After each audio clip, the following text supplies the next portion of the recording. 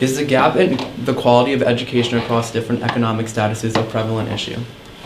Yes, I think absolutely. Do you think the gap in quality is getting worse or better? Per what you read, either via the news or some of the educational outlets that, I receive like daily emails, just updates, there's usually a talk in the increase in the educational gap, not a decrease in it. And even if you listen to some of the politicians who are working on, getting a presidential nomination, they'll talk about the educational and the achievement gap.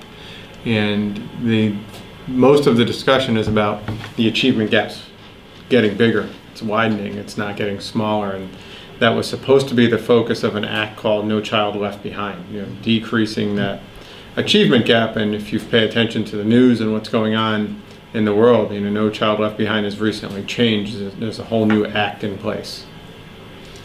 Have you ever worked in a less privileged community than Madison? Yes, I worked in, do you want me to elaborate or do you have a follow-up? No, you can elaborate now. I worked in a school that was in a town that was very similar to Madison, but the school serviced students who really came from disadvantaged homes. And, the basic things like food and shelter and being safe was really sad. These kids didn't have that. And as a result, their behaviors got them kicked out of their public schools. So that's where I started my educational career, and very eye-opening, to work with students who didn't know if, when they went home, if they would have dinner or if the heat would work in their homes. So when they came to class, learning the topic of math that day wasn't necessarily their priority. Making sure they had food and would be safe when they went home was their priority. So certainly a different environment than what we're working with in Madison. Were people sent to the principal more? In that school, yes. That school was really specifically designed to help students who couldn't manage their own behaviors in public school learn how to do so. And as a result, the classrooms square footage were very similar, but the number of kids in each class was probably 8 at a max, because the potential for behavior problems was so high, and there were 2 teachers in every class with 8 students. So with that, we tried to manage a lot of it on our own, but in some cases the behaviors really escalated, and that's when the administration and security had to help get involved. But yet sometimes you're a little bit more understanding when you know someone's basic needs aren't being met, and their behaviors are a result of that. We never label anyone like a bad kid. It's just a much different situation. And their motivation, you said it was different, like how?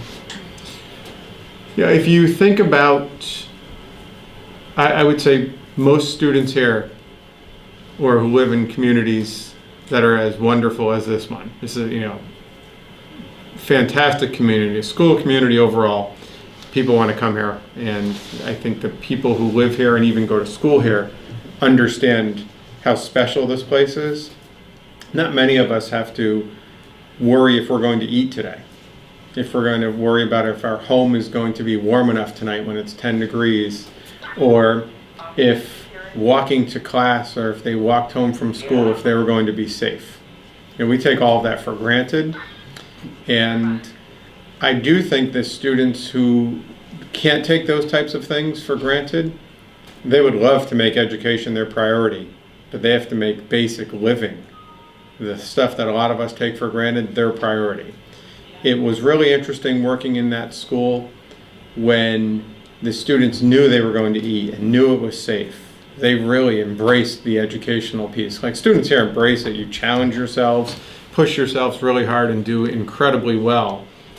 The kids I worked with in that other scenario would do that too, if their basic needs were met. And that was part of our goal, making sure, when we served breakfast, every kid got breakfast there. If there was anything extra, the principal knew that we would take it back to classes and stuff backpacks. So kids knew, well, at least I have something to eat when I go home.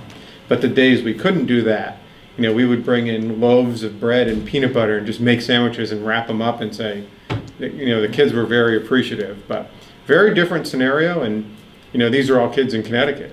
So this isn't like an achievement gap that different states or even different countries, this was really, different zip codes. So it's incredible how different it could be in towns that are in very close proximity to a town like Madison.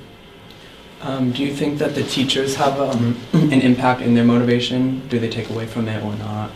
In general or in a specific setting? In the setting that you were describing, where they work? I think the teacher absolutely has an impact. And in that type of setting, first and foremost, if a teacher can't build a relationship with students, you have no chance.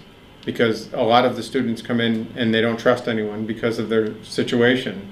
So, you can't worry about the math or the English and the punctuation or the world language. You have to get students really to trust you. And, building trust takes some time. Once you get to that point, things get really exciting in the classroom. But if you don't have a teacher who's willing and able, they will be highly unsuccessful in that setting.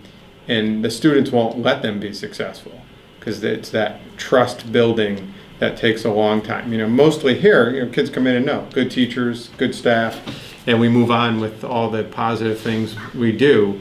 Those settings, there's a lot more focus at first on the building relationships. And that's one of the reasons why in that type of setting, students and teachers stay together for a few years. So you don't have to try to redevelop a new relationship for a couple of months at the onset of every school year.